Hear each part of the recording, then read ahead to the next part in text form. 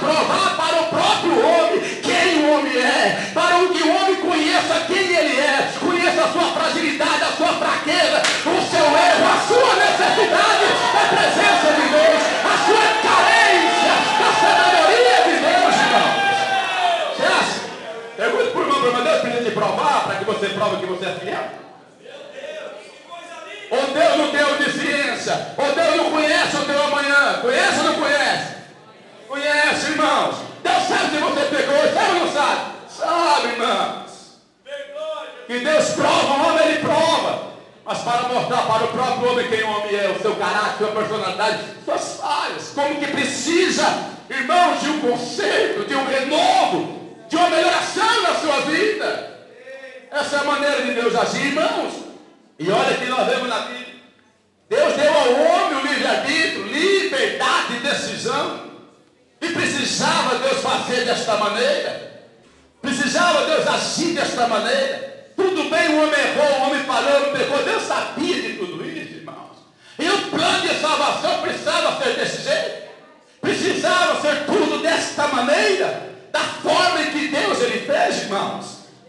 Aí nós já aprendemos realmente que envolve muita coisa, a sabedoria de Deus, o amor de Deus, irmãos, né? A atitude de Deus em relação ao próprio diabo, por causa da ousadia de Satanás, irmãos, porque uma coragem, ainda que uma grande burrice, mas uma coragem para fazer o erro da parte de Satanás, uma ousadia, irmãos, de querer provocar o nosso Deus, de querer mexer, irmãos, com o poderio do nosso Deus, é muita ousadia da parte do diabo, irmãos. Nós olhamos para a Bíblia, o infeliz me apronta uma rebelião lá nos céus, me apronta uma bagunça no céu, entra na terra o infeliz e quer bagunçar, irmão, diante do nosso Deus, quer aprontar no Éden mais uma vez? Não. Então é hora de Deus agir, fazer alguma coisa para mostrar para Satanás que Deus, ele manda lá em cima no céu, Deus ele manda aqui embaixo na terra, e Deus manda até lá embaixo no inferno. Deus manda em todos os lugares. O diabo querer demonstrar que ele tem o domínio sobre toda a terra. Alguém pode até afirmar, irmãos, nós já aprendemos isso, de que o diabo é o rei. Eu não vejo, irmãos, nenhuma afirmativa lógica da Bíblia mostrando Satanás como rei de nada. Rei de nada. Quem é rei é soberano, e não existe autoridade acima de rei nenhum e nenhuma outra monarquia. Qualquer monarquia, a maior autoridade soberana é rei. É por isso que Satanás ele é conhecido como o Deusinho, Deus desse século. Ele é conhecido como o príncipe das trevas. Nem nas trevas o infeliz reina. Ele é príncipe porque o Deus Todo-Poderoso, ele é Deus na luz. Nas trevas ele chega como rei. Ele é rei do céu e do inferno. Ele manda em todo lugar, irmão. Por isso que o diabo ele é príncipe das trevas. Você não vê Jesus dizer que ele é rei. Por que ele não é rei das trevas? Ele não é rei, não. Ele não reina em lugar nenhum. Não reina em lugar nenhum. Nas trevas, quem manda é o Deus Todo-Poderoso. Satanás sabe disso, irmãos. Ele é limitado debaixo do poder da mão do Todo-Poderoso. Ele só vai aonde Deus permite. Se Deus dizer, Satanás, você não dá mais um passo, além daqui ele não dá, e ponto final, acabou. Ele tem que obedecer a voz do Deus Todo-Poderoso. A Bíblia nos mostra isso. Ele é limitado. Ele é limitado.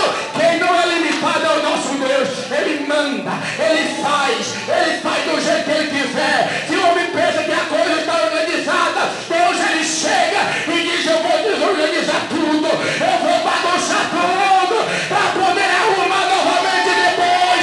É assim que Deus ele age.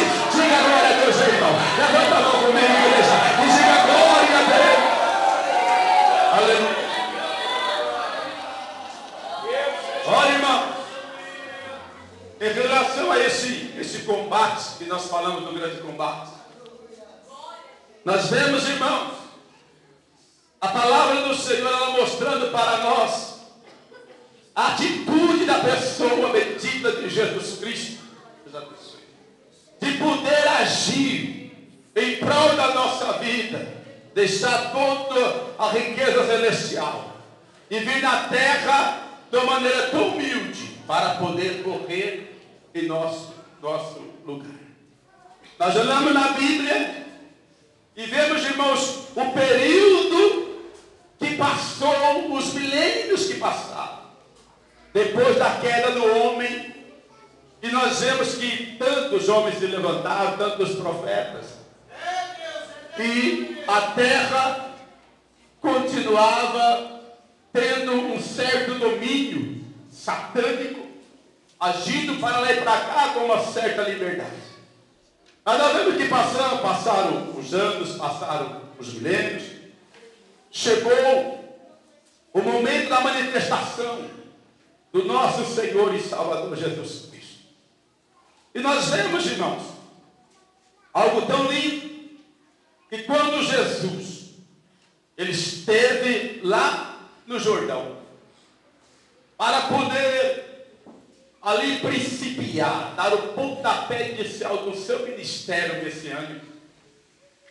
E nós vemos que a Bíblia revela, igual Lucas escreveu, deixando bem claro que Jesus, ele ao descer o Jordão, ele foi movido ou impelido, levado pelo Espírito ao deserto, para lá ser tentado pelo diabo.